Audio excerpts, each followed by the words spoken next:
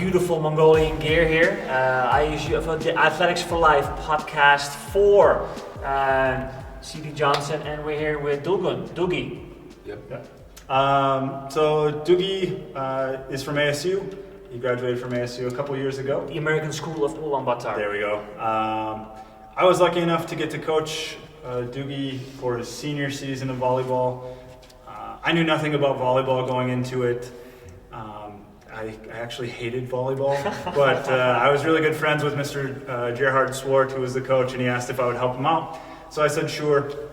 And it was really during that season that just watching you guys play, the precision of your passes, of how the teamwork to set up different plays, different spikes, just kind of opened my eyes to how much there was to the game of volleyball, other than just like, okay, the ball goes over, the ball comes back, the ball goes over, the ball comes back, and oh, it hit the ground and somebody scored a point.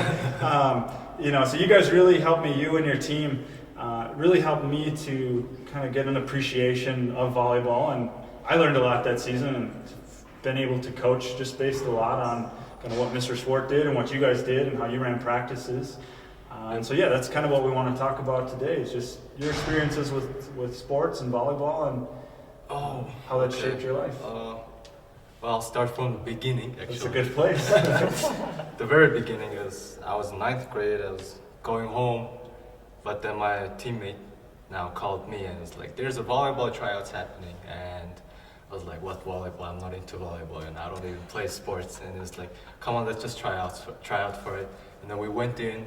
It was only like 12 guys for the tryout, so everyone made the tryout because it was 12 people all together. So that's just how we started playing volleyball. At first, it was pretty bad. We were pretty bad, and our first game was actually against ISU, International School. They were pretty good at the time.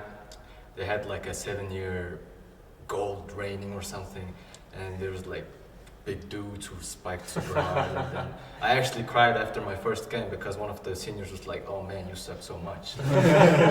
You're not gonna be, you ain't ever gonna be better, you know." And then that's just kind of had a thing in me. I was like, you know what? I'm gonna prove him wrong. Wow. I'm gonna prove everybody wrong. You know, it's just gonna like, I'll just try really hard. And then the first season that kind of went over, and then we were still quite bad. But then I went from place to place, from coach to coach outside of ASU. Okay. Playing and getting coached, and just having more time with the ball. Okay. And second season came, and we were just starting to have a hang of spiking and receiving the ball, but we were still pretty bad. And I think ISU at the time, the good guys, were all graduated, so we still had a little bit of chance, but then still we weren't good enough. Mm-hmm. So after that second season, the summer after that, we actually went to a club in Mongolia. There's a group of you guys, right? Yeah, you got one together. And it's not only me, because there's like 4 more guys. A lot of your classmates. Yeah, a lot of my classmates. We were all into the sport because we were all kind of let into it at once and was exposed to the sport at once, and then that's why we kind of all moved in a group. If we go to like a lesson, we'd go. Yeah. I wouldn't go in alone, because. Yeah. And then we went there, and that training was pretty tough because it was with the other Mongolian guys, and the coach was Mongolian. He coached like the league teams and stuff. So wow. We were like at, I think 16 or 15 at the time. The guy was pushing us just really hard. So you would like, let's say a receiving drill, the guy would literally stand in front of you like that and just spike it to your hand until it gets right. So he's at the point was like, you have to get exposed and like get like the foundation of how you play volleyball, because it's never gonna be just passes and passes. There's always gonna be guys who's spiking hard, so you gotta have to have that reaction time and stuff. So we went there and we improved drastically, very much. So in 11th grade, I think that was when Mr. CD came in. That was when Mr. Sports started. So yeah. I didn't help out that year. But I had been there. I was there from the time you were in 8th grade. So I would have been there, not coaching volleyball, but a part of coaching basketball. So I kind of watched from afar. Again, I went to a couple games here and there. And I don't remember you guys doing anything competitive when you were in 9th grade. 10th grade, it was okay, Yeah, it was okay. But then, in 11th grade, I went to the Akamas trip, I believe, as the extra chaperone. I think so. Yeah. And because Mr. Swart couldn't go, because he couldn't get a visa, I think is what it was. Yeah. I think so. Something like Yeah, that. something like that. So in 11th grade, we improved drastically, and I was hitting very consistently at the time. My spikes were very consistent. But then every now and then, I would miss a lot, I guess, at the time. So that time in Akamas, we really thought this, let's just go for third, third place. We're good enough for third. Let's just see how that is, it's good. Third place is enough for us. And then we went in there, we played. And then surprisingly, we made it to the finals. And it was against the Dulguun College. Yeah. And there was like a bunch of tall white dudes, and there was like a few of us, little guys.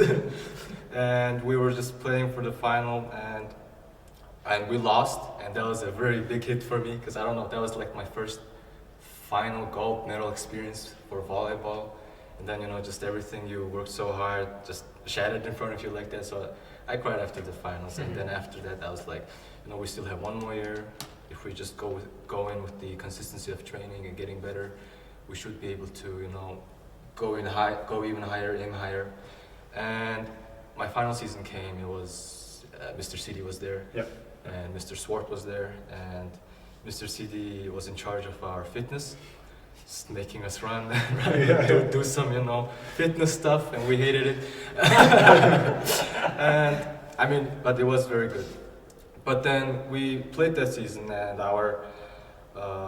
from the beginning in 9th grade, from my first season, our main rival was always the English School of Ulaanbaatar, ESM. Yeah. We just played them, and every now and then we would win, but they would win always. They always had that crafty way of playing, it's a very smart way of playing. But we were just all about explosion, just hitting it and force it. And we were playing them at the beginning, and then we lost. And then Akamas came, and we were really confident that we're gonna go in for the final and make it for the gold medal. But then, it didn't go that way. We also lost again. So it's second place 2 in a row for me. Mm-hmm. And I was just, it's how it is. If it's like this, then it's how it is. And I wasn't feeling anything, and I was and then my teammate, my young guy, that was his first final experience, and he was just crying. And my other teammate Bodhi went after him to calm him down, but then he came out also crying. Yeah, it's a lot of. I can remember that. I'll stop you there just for a little bit, because that whole season, that was the focus. Was Akamas. That was the focus. We knew we were good. Me coming into it, I didn't know anything about volleyball, but I knew you guys took second the year before. It was a relatively competitive game, close game the year before. So the goal was to win Akamas. And I know that Mr. Sword stayed after a lot of weekends. You guys got a lot of extra trainings. You guys went over the summer, got trainings. And literally anytime the gym was free, you guys were in there training with the goal, with the mindset, we're going to win Akamas. And then being at the tournament, it was just okay, everything's falling into place. We played CISB, and they were a pretty solid team. That. They were a good team. Yeah, you guys were there that time. I was there, yeah, that's right. And ISE, they had hopes of beating us. I remember Mr. Koops would we might get you, and okay, we'll see. It was close. It was close. It was competitive.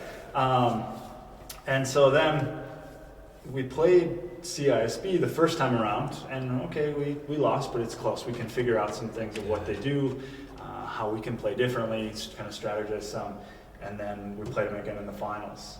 And I remember that game. There were so many moments in the game where it was if we just can score this one more point, we can just get the ball rolling on our side. And same for CISB, super really close. And then the second set was, I think it ended at 30-28 or 29-27, something like that. Right? And I just remember the one time it came over, one of the CISB kids spiked it really hard, and it came off, I think it was Turtle's hands or Mianga's hands, and it went straight up to the ceiling, and we're waiting, and the whole gym, you can hear the whole gym just hold their breath.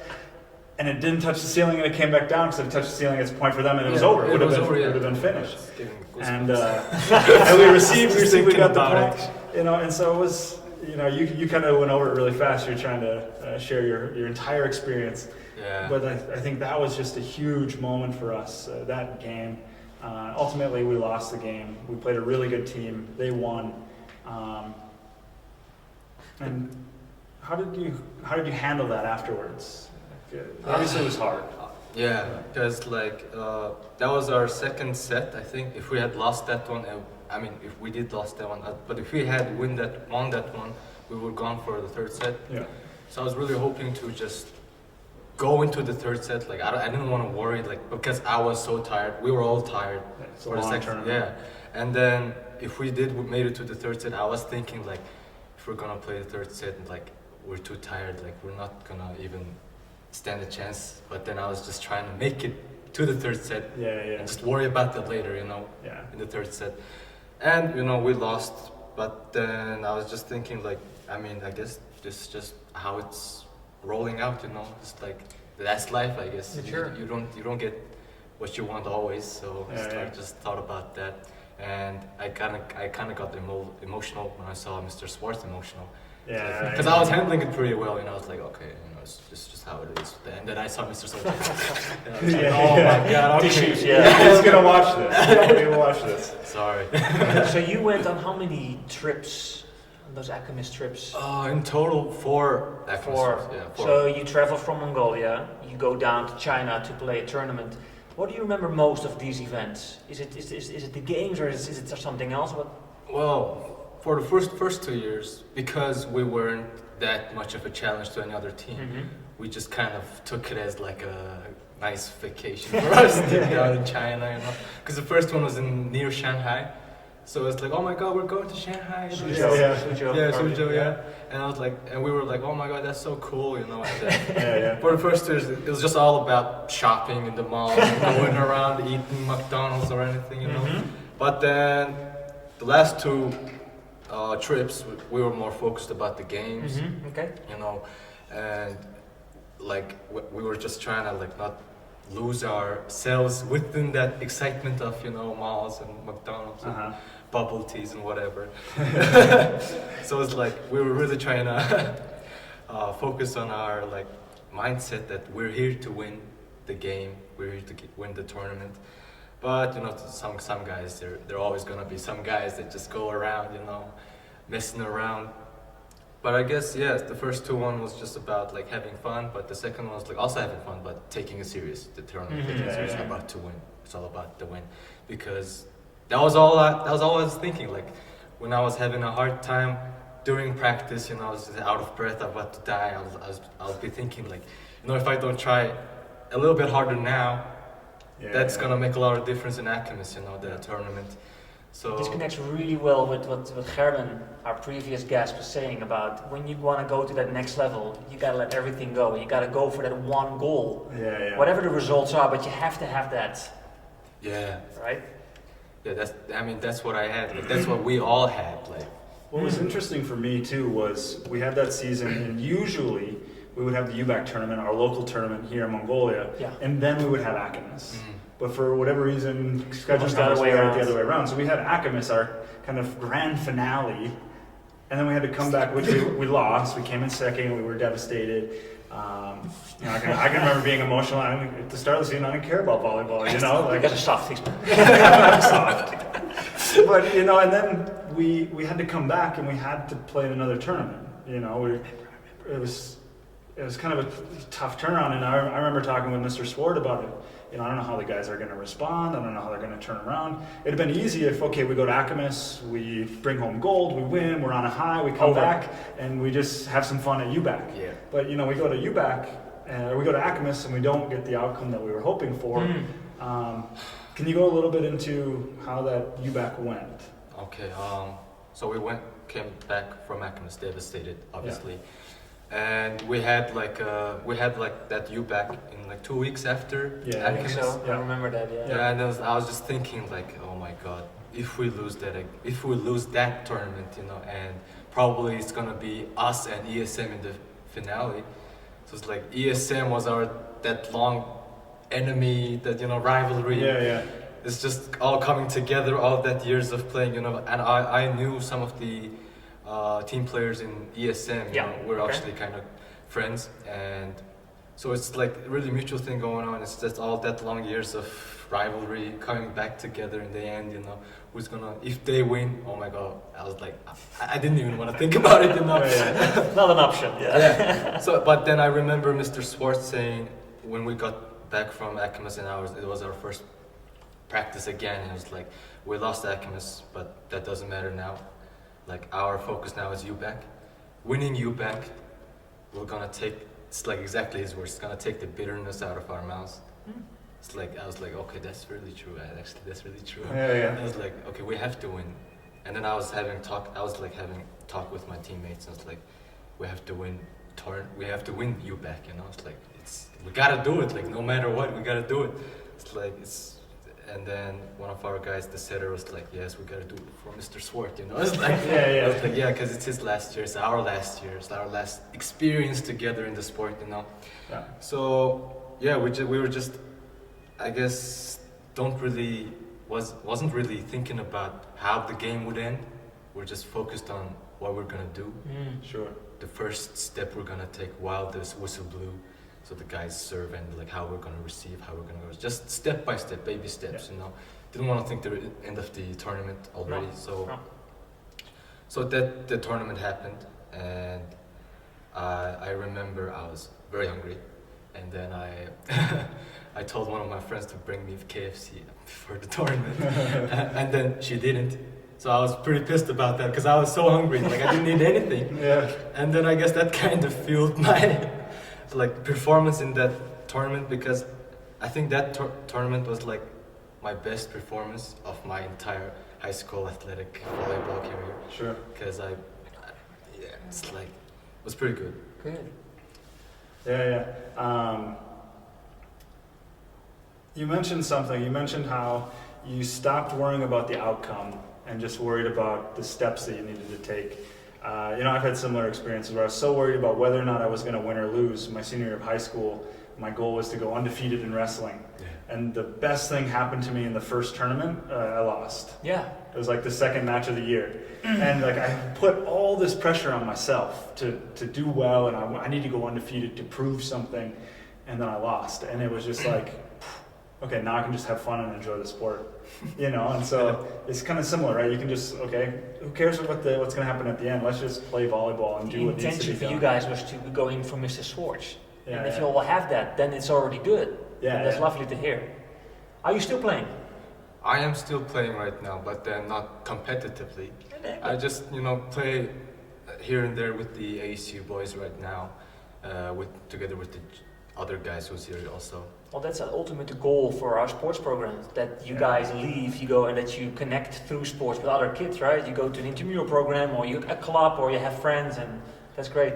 What did all the volleyball, because you never played sports before that?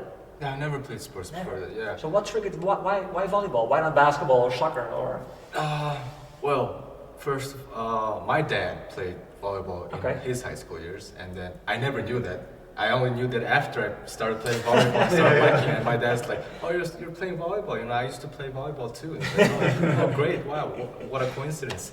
But then the thing that really made me stick to the sport was the people.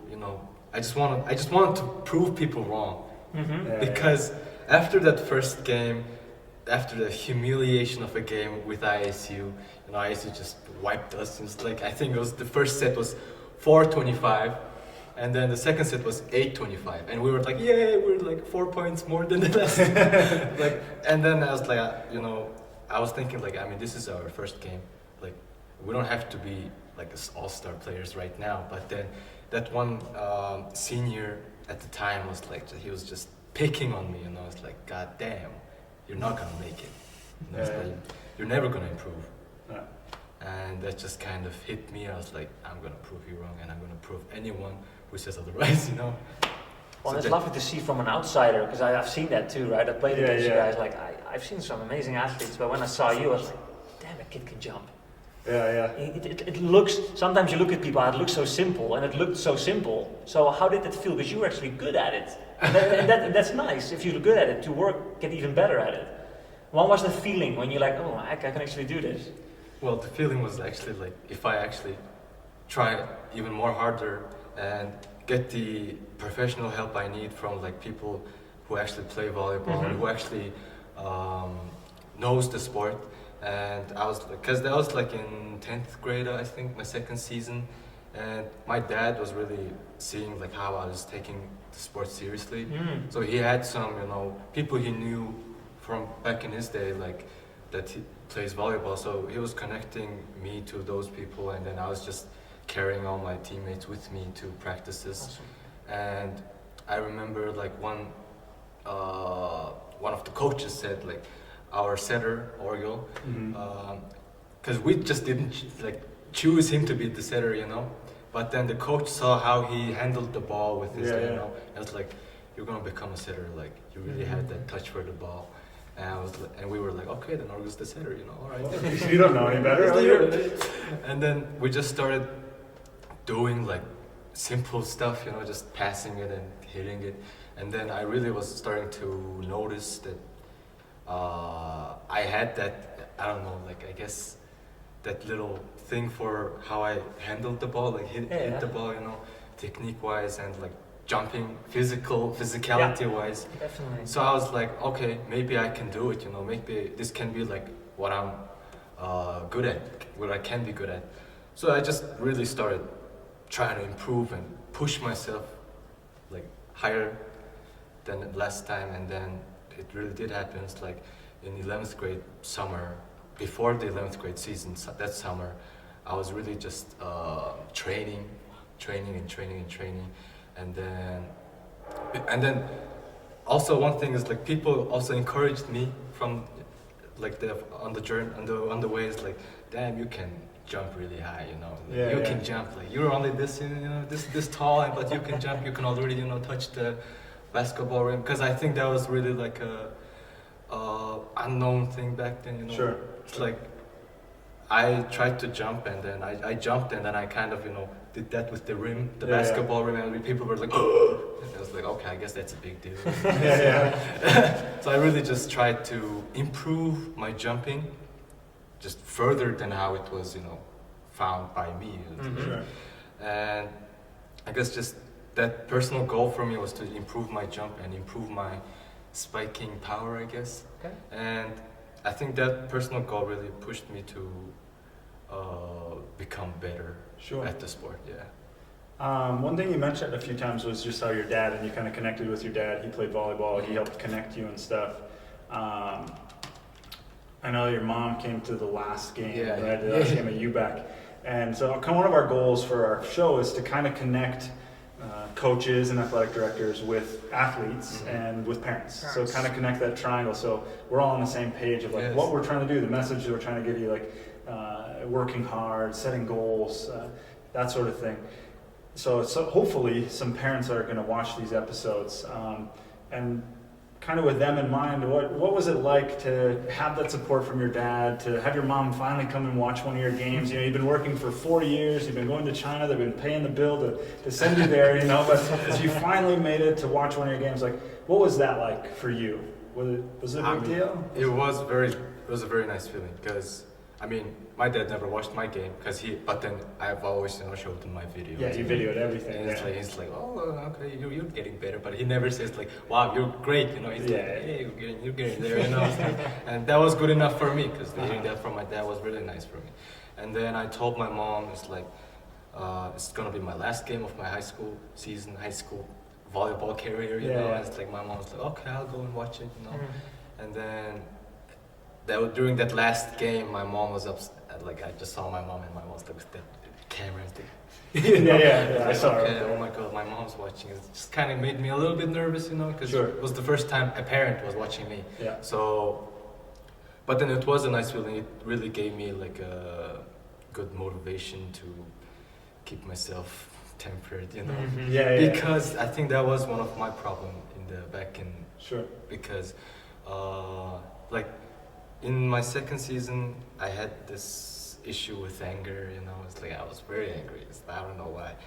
Very frustrated in the game. If people wouldn't play up to my standard, I would get mad about it. And that would just, you know, being someone on the team who's mad and frustrated, that really kills the team, you know, the spirit and how it's going.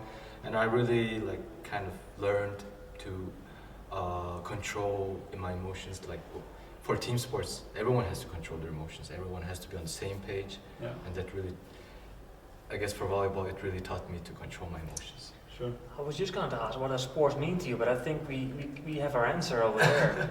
That's pretty true, yeah. Have you found that it's helped you now, like post high school volleyball now? Oh man, everything is based on volleyball. Just because I played in 4 years in high school doesn't mean I didn't like learn anything from it. Yeah. But everything that I do now is based on volleyball, because of volleyball. You know, everything, how I approach certain situations, how I approach certain like moments. I will always relate back to moments in volleyball that helped me choose the right decision back then. And there was just one teammate telling there's tryouts. Yeah, so yeah, for yeah. those student athletes, those young kids listening, what would you tell them when they're in grade 8 and they're not sure? Just go for it, you know, go for it, try it out. And you know, at first it's not gonna be like at first you ain't gonna be Michael Jordan right away. You know, like it's gonna take time. It's gonna take your hard work to get there, and like, you have to work for your own performance and how great you get.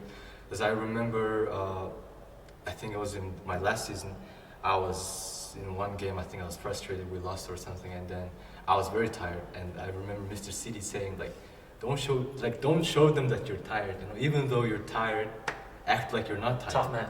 Yeah. And that really stuck with me from that moment on. I was like, every time, for example, back in Australia, I was trying out for the Division 3 men's team for the university, and they were making us do some really hard stuff, and I was just, you know, I was just so out of breath because I haven't been playing for a while until that tryouts, and that was like actually my first time actually moving around.